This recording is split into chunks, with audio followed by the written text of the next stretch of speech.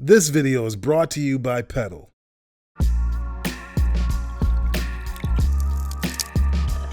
What up, guys? Greg here. By now, we've all seen the array of strange things men are told to do to enhance our bodies. Eat more meat, do nootropics, biohack by injecting plasma into your... Absolutely not. And if you've ended up on a certain side of YouTube, you might have seen things like this. Did you know that the average adult has 5 to 20 pounds of toxic poop in their body? Or this. A group of rats actually outperformed the control group on many different biomarkers. And these biomarkers included preventing age-related ball shrinkage, significantly increased ball size when compared to the control group. And this isn't some cottage industry. Wellness, but for dudes, has become an increasingly large segment of the multi-trillion-dollar wellness market. But what exactly are they trying to get us to buy? And since when did an industry dominated by the Gwyneth Paltrows and Kardashians of the world suddenly become obsessed with your pectoral definition? And we're gonna freaking goop it up in here. Whether it's about toxic poop or increasing your genital size, these days the wellness industry has a whole host of supplements and diet plans to revolutionize our lives and make us better men. And the figureheads of this movement are people like MMA enthusiasts turned podcasters. What's your morning routine like? Or do you have a morning routine that you like, or do you just kind of... Fasted cardio is what I like to do, or fasted yoga. Or Super Bowl winners like Tom Brady. When you're pushing the limits to get better, a lot of the times, the limits push back. His wellness brand TB12 sells everything from powdered Gatorade to fancy jump ropes. Often their sales pitches hinge on the idea of overcoming physical adversities like injury or poor health. On top of the lack of FDA approval for most of these products, some of them are just plain weird. Sure, they might not be selling jade eggs to put inside yourself, but are some of the supplements and schemes pushed by the male wellness industry just goop? But for men? Let's find out in this Wisecrack Edition on male wellness. What went wrong? And before we get into it, I want to give a special thanks to this video sponsor, Pedal. The Pedal 2 card is designed to help you build credit. Many credit card companies base your credit limit or credit worthiness on your credit score. But if you haven't established a credit score yet, it can be almost impossible to get approved. If you don't have a credit score, Pedal uses your banking history to create a cash score, which is essentially just a measure of your income, spending, and savings. The Pedal 2 card is partnered with WebBank, member FDIC, which issues the card. The Pedal 2 card has no annual fees and currently has variable APRs ranging from 12.99% to 26.99%. The Pedal 2's credit limit starts at $500 and can range up to $10,000, which can help keep your credit utilization low. On top of that, you'll immediately get 1% cash back, and after you make 12 on-time monthly payments, you'll get 1.5% cash back. So check out the Pedal 2 card today. Go to pedalcard.com/wisecrack to find out more. That's pedal with the T, PETAL card.com/wisecrack. Now back to the show. So what is the male wellness industry actually selling? For the most part, the idea of peak fitness. Tom Brady's TB12 brand sells dietary supplements so that average non-Super Bowl winning men can finally have muscle durability. But this fitness isn't always about muscularity. Supplements have also been said to improve your immune system and reduce inflammation, which is supposedly a big deal. What was interesting was the pains. Back pain, knee pain. What is that? It's inflammation. On top of this, we can get a whole host of chemicals called nootropics, specifically designed to help our brains function, with hyper-masculine names like Alpha Brain. But the wellness industry doesn't just seek to profit off the idea of being better. It also seeks to fix problems which men could find embarrassing, like erectile dysfunction, anxiety, or hair loss. Hey, I did this on purpose. They'll tell you that hormonal imbalances are the reason for your failing sex life, then show you how to solve it by buying a $100 blend of basic supplements. The industry can fluctuate between trying to sell you beta blockers, which are genuinely used to treat anxiety, and trying to convince you to let people inject platelets, i.e. the component of your blood that helps with clotting, into your penis to help with sexual performance and treat erectile dysfunction, with limited science to back it up. We hear success success stories from people who use the carnivore diet to lose weight and improve their mental health, or who went viral for injecting stem cells into their dicks, or invented a coffee that helps your brain work real good and stuff. And we think there's something goopy about the method of bro pseudoscience and the self-empowering ideology they use to sell it to us. But how do they get millions of men to buy in on this stuff? And why did I spend the summer of 2019 drinking a pea-based protein powder that tastes like vintage chalk? By appropriating the exact same strategies of some very unbroy brands. Companies like Goop and the people telling you to detoxify your colon to expel your toxic dumps both employ the two main tactics, pseudoscience and ideology. Specifically the ideology that by doing these things, we are becoming our better selves. Some wellness brands, particularly when they're selling you dietary supplements, use scientific sounding language to help lure people into buying their products. It can be hard to wade through the jargon, so let's dive into what's really going on. Pseudoscience, and what we're calling bro science, is a collection of beliefs or practices mistakenly regarded as being based on scientific evidence. And it's been going on at least since the first slick grifter started selling fake snake oil, knocking off an actual Chinese remedy. And selling products with unproven effectiveness is still common within the wellness industry, especially at places like Goop. The essence of Goop science is using a sprinkling of genuine research and buzzwords combined with people's personal testimonials to sell us the idea that buying a particular product or doing a particular activity will have definite health benefits for all of us. Wellness schemes rely on individual experts or mere handfuls of studies to back up things like Paltrow injecting a serum made of her own blood into her face to make her skin healthier. And I do like that it's my own material. It's not a toxin. Goop does things like promoting the idea that regular tampons are somehow toxic, and the only way to mitigate the dangerous chemicals is to buy Goop's own organic brand. Or the idea that doing yoga in the snow might actually help you beat cancer. Now, some of this isn't total nonsense. Meditation and breathing techniques have long been known to help with physical and mental illnesses, but it becomes pseudoscience as the claims about its effectiveness become more outrageous and less scientifically proven. To influence their inflammation, which is disease, using 3 pillars: breathing techniques, gradual cold exposure, and mindset. Just as companies like Goop and make toxins the bad guy, pseudoscience makes inflammation the enemy to health and wellness without any real justification or reasoning. Toxins and inflammations are, after all, very scary words, like knife pillow, which is a pillow for your knives, obviously. Right? We all know that. The male wellness industry constantly vilifies inflammation, whether they're pushing supplements or diets, as if it is not simply a natural immune response. While some people do struggle with autoimmune diseases and other issues to do with inflammation, there are surprisingly few studies on the actual benefits of so-called anti-inflammatory diets. Maybe the root for many people of a lot of causes of pain and discomfort is just inflammation-heavy diet. You get all that shit out of your system and your body doesn't experience inflammation from your food. Joe Rogan and Jordan Peterson's carnivore diet has certainly helped them to lose weight, but there aren't many studies on the benefits of eating little but grass-fed elk and eggs twice a day. In fact, the diet can leave you lacking in important nutrients and vitamins due to the no fruits and vegetables thing. So doctors recommend either not doing the diet or taking plenty of supplements to balance out all that elk and eggs. On the whole, the carnivore diet is pretty poorly researched, and the idea that it can cure depression has even less scientific backing. The combination of anecdotal evidence and genuinely bad science can make some of the recommendations made by the likes of Joe Rogan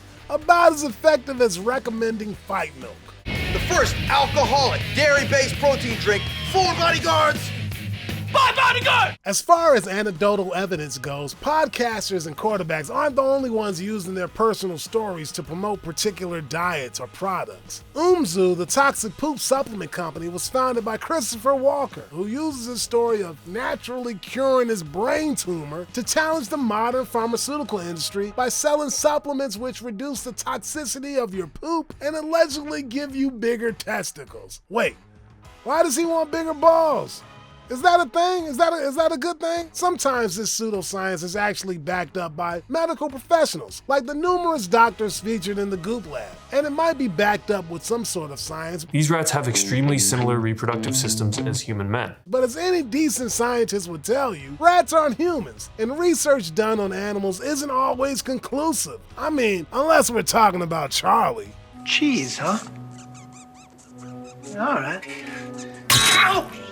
Other times it's even backed up by people pretending to be medical professionals. Tom Brady's TB12 business partner Alex Guerrero faked being a doctor and claimed his snake oil-like supplements could cure cancer. Brady also famously uses ambiguous sciencey words with no direct medical meaning like muscle pliability to sell his exercise plans and supplements. Some of the science behind these supplements come from genuine research or information on traditional medicine. Herbs like ashwagandha are used in supplements by both Goop and InfoWars and have been sold to help with things like stress, or as the Alpha Bros at InfoWars describe it, general weakness. And there are some actual studies into it being effective for stress reduction. Where Goop sells Why Am I So Effin' Tired, a variety of vitamins including the herb Bacopa, InfoWars sold the exact same herb in the form of a capsule named Brain Force. And again, some studies have shown benefits. But at the same time, both companies sold other products like colloidal silver, a scientifically unresearched liquid containing silver that the FDA has sued companies for making false claims about regarding its efficacy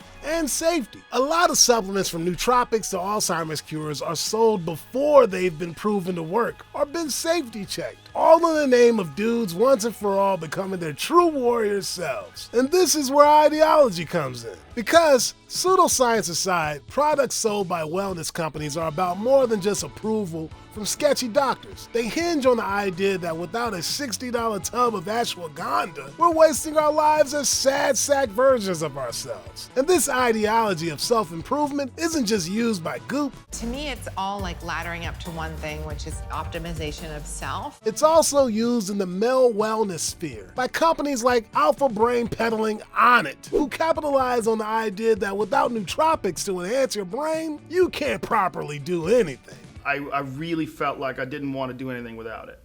Yeah. Like, I felt like if I was going to do stand-up, if I was going to do the UFC, like, I wanted to be fully charged. Though research is still emerging about things like Alpha Brain, with studies showing varied effectiveness, it is undoubtedly an element of the wellness industry which profits from its high-profile endorsements, and this will make you smarter and better marketing strategy. TB12 even applied this strategy to their immunity plan, with the first step being have a positive mindset. At TB12, we pulled together a list of what we feel are 12 very important things that you can do on a daily basis to help support a healthy immune system.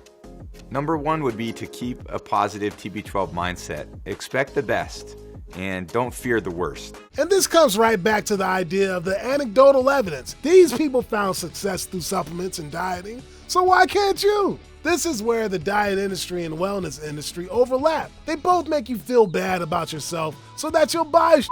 But with male wellness, the dieting element has a twist. Not only are we encouraged to lose weight, but we're also encouraged to replace it with muscle through intense exercise and, of course, nutritional supplements. They'd be like, whoa, look at that monster coming towards us, barreling towards us. Mac, you're not that guy anymore. Don't you think I know that? And I'm starting to think that I'll never become that monster again. But where did this concept of muscular masculinity as a form of self-improvement come from? Early pioneers of dieting restricted themselves to mere ounces of food in the hopes it would help them live longer or look thinner. At the turn of the 20th century, fad diets like Fletcherism, the technique of chewing your food until it becomes completely liquefied in order to lose weight, were picked up by figures like Franz Kafka. In the States, it wasn't until the 1930s that the idea of becoming muscular was popularized by Charles Atlas, who went from a self-described scrawny weakling to a so-called world's most perfectly developed man.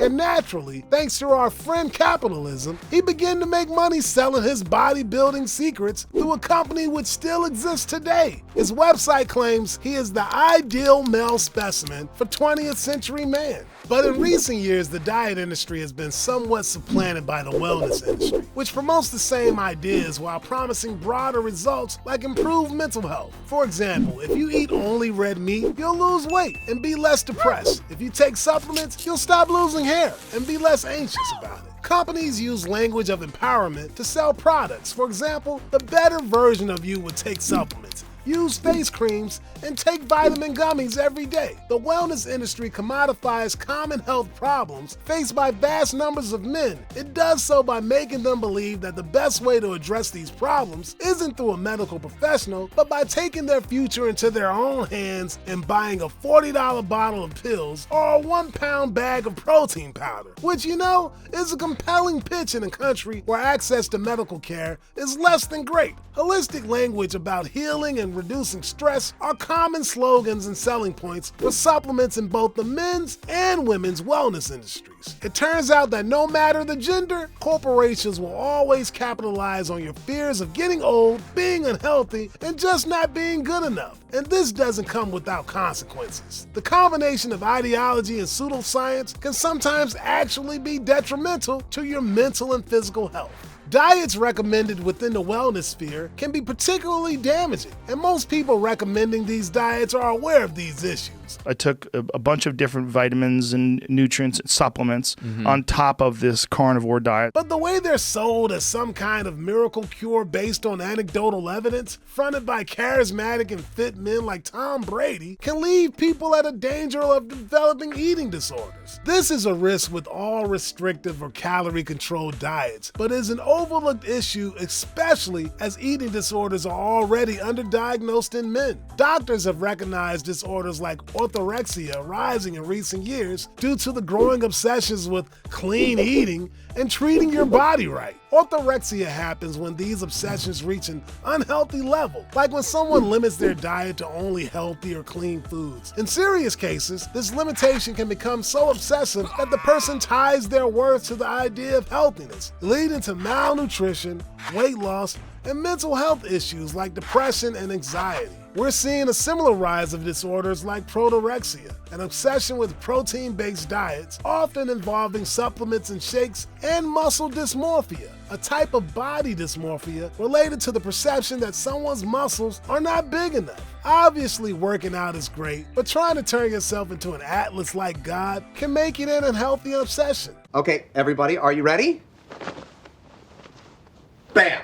In fact, a lot of things encouraged by the wellness industry, eating healthy protein, exercise, mindfulness, have genuine benefits. Studies have shown that protein supplementation and resistance exercise training can enhance changes in muscle size and strength, and things like Tom Brady's exercise regime isn't in itself bad for you. What appears to be pseudoscience can sometimes be genuinely promising. While blood platelets might not cure your sad penis, shockwave therapy might actually help treat erectile dysfunction, which sounds straight out of a sci-fi movie. But if it works, who are we to judge, man? And there's nothing fundamentally wrong with buying coffee that you think will enhance your brain or starting a new skincare regime so you never ever age. But it's the culture around the idea of wellness that does the damage. The un-FDA approved supplements and the concept of needing to biohack, supplement, and transform yourself to finally be happy. At the end of the day, bro scientists and big names in the male wellness industry capitalize on our fears of getting old, going bald, and disappointing our sexual partners in the same ways the diet industry has for decades. But because of the popular figureheads, anecdotal evidence,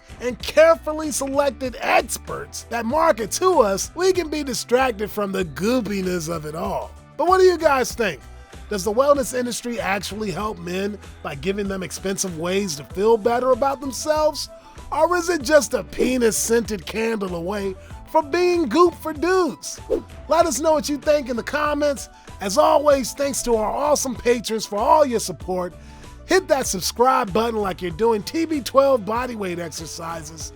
And don't forget to ring that bell. As always, thanks for watching.